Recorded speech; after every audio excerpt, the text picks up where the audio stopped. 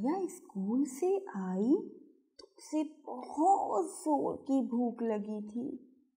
اس نے امی سے کہا، امی مجھے بہت بھوک لگ رہی ہے، جلدی سے کھانا دیں۔ اس کی امی نے کہا، بیٹا بس یہ لیمو کاٹ لوں اور لہسن کی چٹنی پیس لوں، پھر کھانا دیتی ہوں۔ امی نے لوکی کی سبزی اور مرغی کا سالن بنایا تھا، ساتھ میں مچھلی بھی فرائی کی تھی۔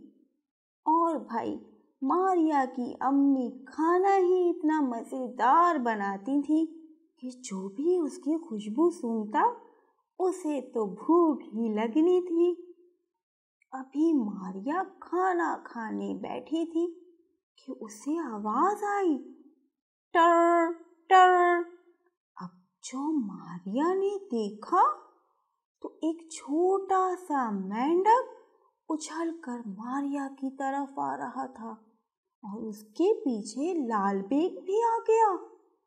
ماریا زور زور سے رونے لگی تو اس کی امی نے لکڑی لی اور دونوں کو بھگا دیا۔ اتنے میں اس کے ابو آئے اور بولے، دیکھو میں تمہارے لیے پھل لے کر آیا ہوں۔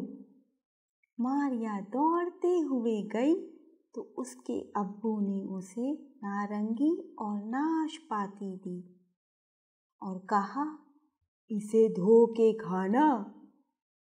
ماریا نل کے پاس گئی اور پھلوں کو دھو کر لے آئی۔ آج تو اسے اپنی سہیلی کے ہاں جانا تھا۔ پھر وہ شام کو تیار ہوئی اور بہت پیارا سا ہار پہنا۔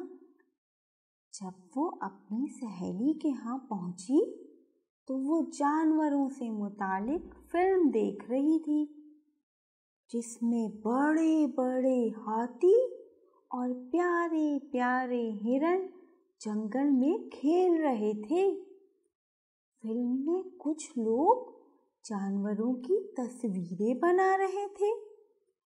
فلم میں انہوں نے دکھایا کہ اچھے لوگ ہیلی کاپٹر میں بیٹھ کے جانوروں کی دیکھ بھال کرتے ہیں۔ ماریا نے کہا، ہم بھی جانوروں کا خیال رکھیں گے۔ دونوں سوچنے لگی کہ جانوروں کا خیال کیسے رکھا جائے۔ ملیحہ کی امی آئیں اور بولی، لو ساتھ میں نارنگی اور ناشپاتی بھی کھا لو، اس سے دماغ اچھا کام کرتا ہے۔ سب ہنسنے لگے، ہا ہا ہا ہا ہا۔